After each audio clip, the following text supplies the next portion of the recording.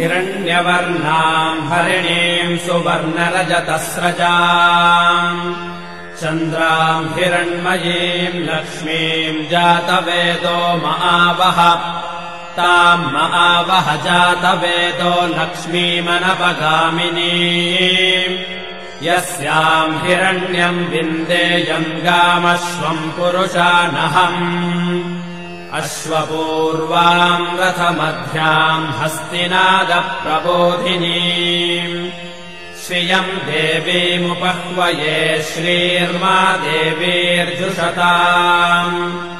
कांसोऽस्मिताम् हिरण्यप्राकारामार्द्राम् ज्वलन्तीम् तृप्ताम् तर्पयन्तीम् पद्मे स्थिताम् पद्मवर्णाम् तामिहो बह्वये श्रियम् चन्द्राम् प्रभासाम् यशसा ज्वलन्ते श्रियम् लोके देवजुष्टामुदाराम् ताम् पद्मिनीमेम् शरणमहम् प्रपद्ये अलक्ष्मीर्मे नश्यताम् त्वाम् वृणे आदित्यवर्णे तपसोऽधिजातो वनस्पतिस्तव वृक्षोऽथ बिल्वः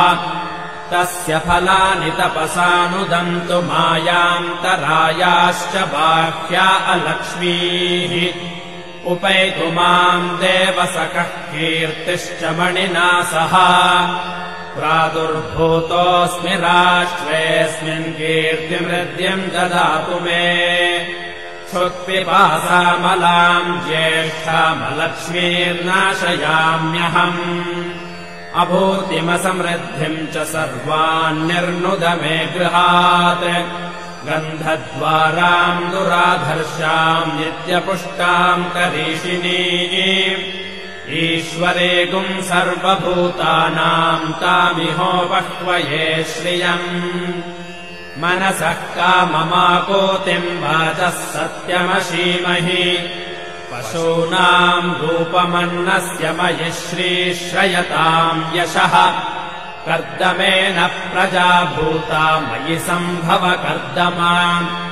श्रियम् वासय मे कुले मातरम् पद्ममालिनीम् आपसृजन्तु स्निग्धानि चिक्लीतवस मे गृहे निच देवीम् मातरम् श्रियम् वासय मे कुले आर्द्राम् पुष्करिणीम् पुष्टिम् सुवर्णाम् हेममालिनीम् सूर्याम् हिरण्मयीम् लक्ष्मीम् जातवेदो महावह आर्द्राम् यः करिणीम् यष्टिम् पिङ्गलाम् पद्ममालिनीम् चन्द्राम् हिरण्मयीम् लक्ष्मीम् जातवेदो महावह ताम् महावह जातवेदो लक्ष्मीमनपगामिनीम् यस्याम् हिरण्यम् प्रभूतम् गावो दास्योऽश्वान् विन्देयम् पुरुषानहम् महादेव्यै च विद्महे विष्णुपत्नी च धीमहि तन्नो लक्ष्मीः प्रचोदयात्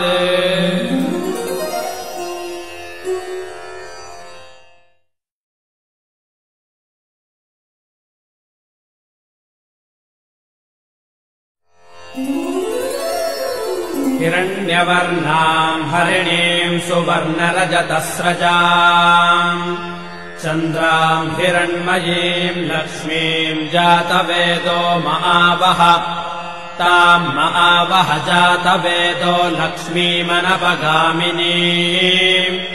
यस्याम् हिरण्यम् विन्देयम् गामश्वम् पुरुषानहम् अश्वपूर्वाम् रथमध्याम् हस्तिनादप्रबोधिनीम्